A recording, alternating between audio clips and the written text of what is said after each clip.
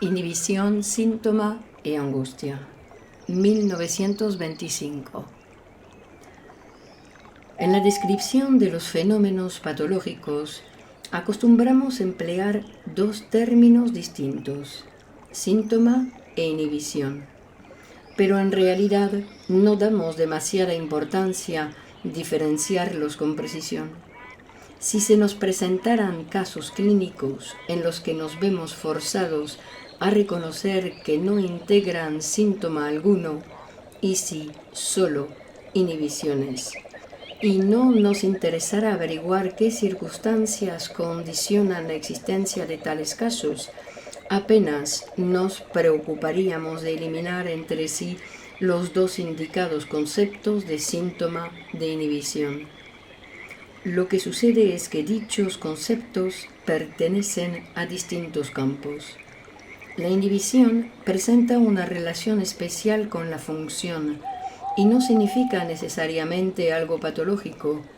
Así podemos dar el nombre de inhibición de una función a una restricción normal de la misma. En cambio, síntoma vale como signo de un proceso patológico. De todos modos, también una inhibición puede constituir un síntoma, y siendo así, acostumbramos a hablar de inhibición cuando se trata de una simple disminución de la función y de síntoma cuando de una modificación extraordinaria de la misma o de una función nueva. En muchos casos, parece quedar al arbitrio del observador acentuar el lado positivo o el negativo del proceso patológico y calificar su resultado de síntoma o de inhibición. Pero todo esto no es en realidad muy interesante y la interrogación de que partimos se demuestra poco fructífera. Ante el íntimo enlace conceptual antes indicado de la inhibición con la función, ha de surgir en nosotros la idea de investigar en qué forma se manifiesta la perturbación de las distintas funciones del yo en las diversas afecciones neuróticas. Para este estudio comparativo elegiremos la función sexual, la nutrición, la locomoción y el trabajo profesional. A. La función sexual se halla sometida a muy diversas perturbaciones, que en su mayoría presentan el carácter de simples inhibiciones. Estas se reúnen bajo el concepto de impotencia psíquica. La realización de la función sexual normal supone un curso previo harto complicado y la perturbación puede instaurarse en cualquier punto del mismo. Los síntomas principales de la inhibición del hombre son 1. La desviación de la libido al principio del proceso, displacer psíquico. 2. La falta de la preparación física indispensable, falta de erección. 3. La abreviación del acto sexual, la eyaculación precoz, que puede también ser considerada como un síntoma positivo. 4. La interrupción del mismo antes de su desenlace natural, falta de eyaculación. 5. La falta del efecto psíquico, falta de la sensación de placer del orgasmo. Otras perturbaciones son consecuencia del enlace de la función con condiciones especiales de naturaleza perversa o fetichista. La existencia de una relación de la inhibición con la angustia salta enseguida a la vista. Algunas inhibiciones son evidentemente renuncias a la función, a causa de que durante su realización surgiría angustia. En la mujer es frecuente el miedo angustioso directo a la función sexual, angustia que subordinamos a la histeria, del mismo modo que el síntoma defensivo de la repugnancia, el cual se inicia originariamente como reacción ulterior al acto sexual pasivamente soportado y surge después concomitante a la idea del mismo. También gran número de actos obsesivos demuestran ser prevenciones y aseguramientos contra experiencias sexuales, siendo por tanto de naturaleza fóbica. Sin embargo, nuestra comprensión no progresa gran cosa por este camino. Observamos solo ser varios los procedimientos empleados para perturbar la función sexual. 1. La simple desviación de la libido, desviación que parece ser lo que más especialmente provoca aquello que denominamos una inhibición pura. 2. La alteración del ejercicio normal de la función. 3. Se puede estorbar la misma por condiciones especiales ligadas a ella, o puede ser modificada por derivarla hacia otros fines. 4. Su prevención por medio de medidas de aseguramiento. 5.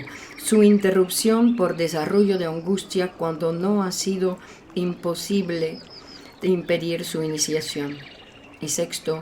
Una reacción ulterior que protesta contra la función y que quiere deshacer lo hecho cuando, a pesar de todo, llegó la función a realizarse. B. La perturbación más frecuente de la nutrición es la repugnancia a comer, por retirada de la libido.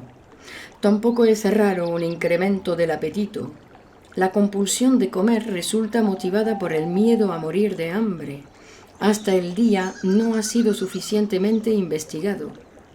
Como defensa histérica contra la ingestión de alimentos, conocemos el síntoma de vómito.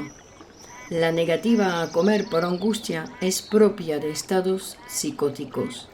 Delirio de envenenamiento. C. La locomoción aparece inhibida en algunos estados neuróticos por repugnancia a andar o por debilidad de las extremidades abdominales. El impedimento histérico se sirve de la parálisis motora del aparato locomotor o crea una interrupción especial de esta función del mismo, abasia. Particularmente características son las alteraciones de la locomoción por interpolación de ciertas condiciones cuyo incumplimiento hace surgir angustia, fobia. D.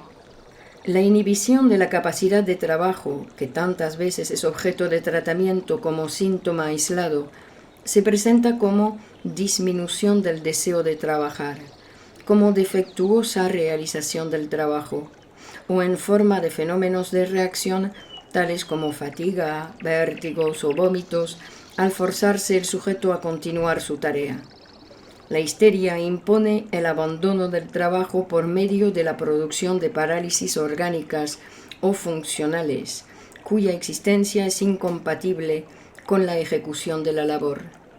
La neurosis obsesiva perturba el trabajo por una continua distracción y por la pérdida de tiempo consiguiente a incesantes interrupciones y repeticiones.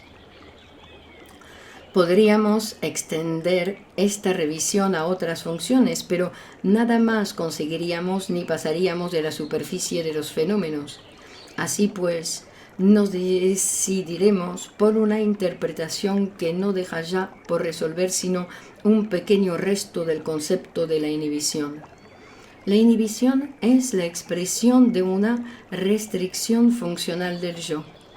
Restricción que puede obedecer a muy diversas causas. Algunos de los mecanismos de esta renuncia a la función no son ya harto conocidos como en ciertos propósitos generales de los mismos. En las inhibiciones específicas es fácilmente reconocible dicho propósito. Cuando el tocar el piano, el escribir e incluso el andar sucumben a inhibiciones neuróticas, el análisis nos revela la causa en una intensísima erotización de los órganos que en tales funciones intervienen, o sea, de los dedos o de los pies. En general hemos llegado al conocimiento de que la función yoica de un órgano queda alterada cuando su significación sexual, su erogeneidad, recibe un incremento, permitiéndonos una comparación un tanto chocarera. Diremos que se conduce entonces como una cocinera que no quiere acercarse ya al fogón, porque el dueño de la casa la ha requerido de amores. Cuando el acto de escribir, consistente en dejar fluir de un tubo un líquido sobre un trozo de papel blanco, llega a tomar la significación simbólica del coito, o el de andar la de un sustitutivo simbólico de pisar el cuerpo de la madre tierra. Se deja de escribir o de andar, porque el hacerlo es como si se realizase un acto sexual prohibido. El yo renuncia a estas funciones para no tener que llevar a cabo una nueva represión, para evitar un nuevo conflicto con el yo. Otras inhibiciones tienen efecto, y evidentemente en servicio del autocastigo, muy frecuentemente sobre todo en el campo de las actividades profesionales. El yo no debe hacer determinadas cosas porque habían de traerle consigo provecho y éxito, lo cual ha sido prohibido por el superyo.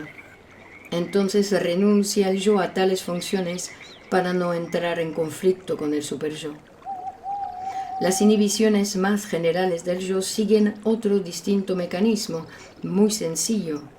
Cuando el yo se encuentra absorbido por una labor psíquica de particular gravedad, tal como un duelo, gran supresión afectiva o la tarea de mantener sumergidas fantasías sexuales continuamente emergentes, se empobrece tanto la energía de que puede disponer que se ve obligado a restringir su gasto en muchos lugares, semejante a un especulador que tiene inmovilizado su dinero en sus empresas. Un instructivo ejemplo de tal inhibición general de corta duración me fue ofrecido por un enfermo de neurosis obsesiva que quedaba sumido en una fatiga paralizadora durante 1 o varios días, en ocasiones que habrían debido provocar un acceso de ira. A nuestro juicio, debe de tener aquí su punto inicial un camino que habrá de conducirnos a la comprensión de la inhibición general característica de los estados graves de depresión y sobre todo de la melancolía, el más grave de tales estados. Podemos pues decir finalmente de las inhibiciones que son restricciones de las funciones del yo, bien como medida de precaución, bien a consecuencia de un empobrecimiento de energía. Fácilmente vemos ya en qué se diferencia la inhibición del síntoma. El síntoma no puede ser ya descrito como un proceso que ocurra dentro o actúe sobre el yo.